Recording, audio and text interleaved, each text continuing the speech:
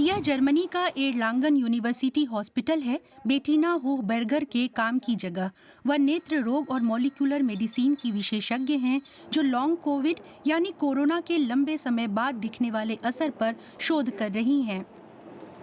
Und damals ist mit einer मैंने Kollegin और von mir ICU के intensiv मेरे die Idee साथियों ने सोचा entstanden, कि क्या dass नसों की dieses Virus अंदरूनी auch परतों die पर भी Gerinnungsschicht कोरोना dieser असर डालता है। Fensterblutgefäße ये liest. सवाल उस Das समय war नया damals था noch और इस पर relativ neu. बहुत कम Da शोध gab es हुआ wenige था। Fallberichte darüber.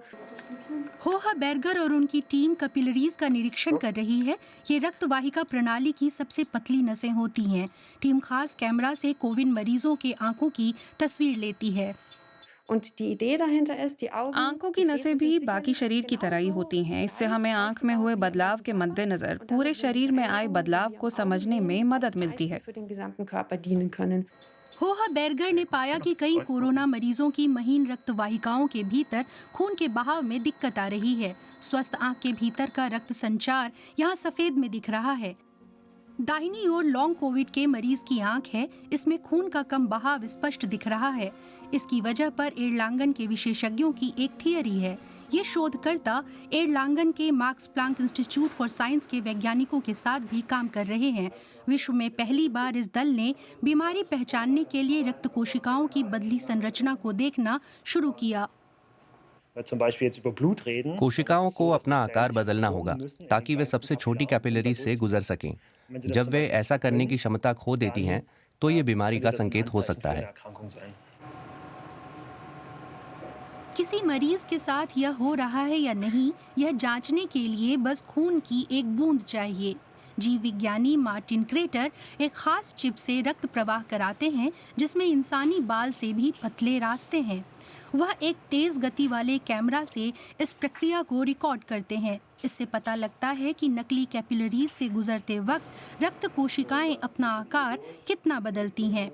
यह विश्लेषण बताता है कि लॉन्ग कोविड मरीजों के खून में अस्वाभाविक रूप से सख्त कोशिकाएं होती हैं। कुछ लाल रक्त कोशिकाएं सामान्य काम करती हैं और आकार बदलती हैं, मगर बाकी सख्त और फूली हुई होती हैं। हम इस अनुमान पर काम कर रहे हैं कि लॉन्ग कोविड मरीजों की कोशिकाओं के आकार बदलने की क्षमता में आई कमी रक्तवाहिका तंत्र में आई गड़बड़ी बताती है, क्योंकि कोशिकाएं सबसे पतली कैपिलरीज से होकर गुजर ही नहीं पा रही हैं। मगर यह होता क्यों है? शोधकर्ताओं को इसका एक कारण समझ आ रहा है। इसमें भी खून की अहम भूमिका है।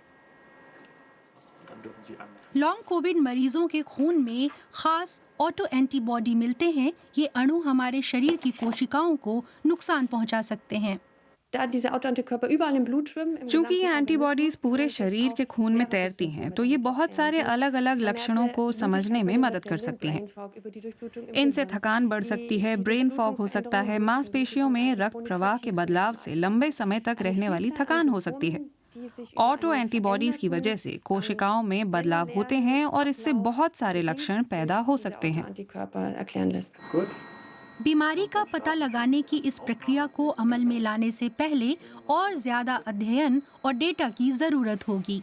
फिर भी एर्लांगेन में रिसर्चर एक अहम कदम उठा चुके हैं। उन्होंने कोविड के मरीजों को BC007 दवा दी है, जिसे मंजूरी मिलनी अभी बाकी है। इस दवा को बर्लिन की एक कंपनी तैयार कर रही है, जिसका मकसद हृदय रोगियों में रक्त प्रवाह को बेहतर करना है।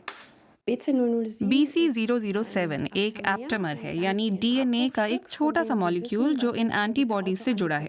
ये उन्हें निष्प्रभावी करता है और उन्हें फिर से डिस्चार्ज करने में शरीर की मदद करता है। होहबर्गर ने BC007 को लॉन्ग कोविड के कुछ मरीजों पर आजमाया। उनमें एक्सेल नगेट भी शामिल हैं। उनके भीतर बीमारी के लक्षण धीरे धीरे बढ़े। शुरू में लगा कि मैं थोड़ा ध्यान केंद्रित नहीं कर पा रहा हूँ, लेकिन उसके बाद हफ्ते दर हफ्ते हालात खराब होते गए। अपना संतुलन बनाए रखने में परेशानी होने लगी।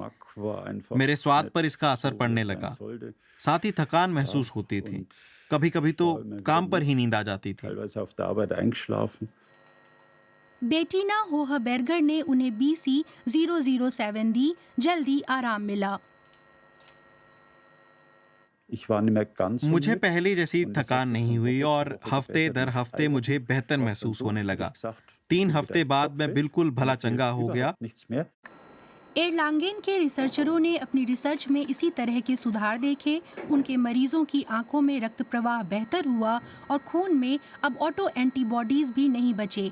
इसके कई फायदे दिखे। जिन लोगों ने रिसर्च में हिस्सा लिया, उनके साथ हमने देखा कि उनकी कोशिकाएं धीरे धीरे फिर से सही दिशा में जाने लगी थीं। Mit einem derartigen Ergebnis, dass sich bei den Patienten, हम die wir इस jetzt तरह haben, के beginnen नतीजों की beginnen उम्मीद bei नहीं den कर रहे थे। Einzelpatienten ein komplett हमारे alle मरीजों में Symptome लक्षण पूरी तरह zurückgehen गायब हो und रहे थे। verzeichnen. हमारी एक बड़ी आशा थी कि रक्त प्रवाह में बदलाव से जुड़ी समस्याएं बेहतर होंगी, लेकिन ये हमारी उम्मीदों से परे था कि मरीजों का स्वाद लौटने लगेगा। war für uns auch komplett unerwartet.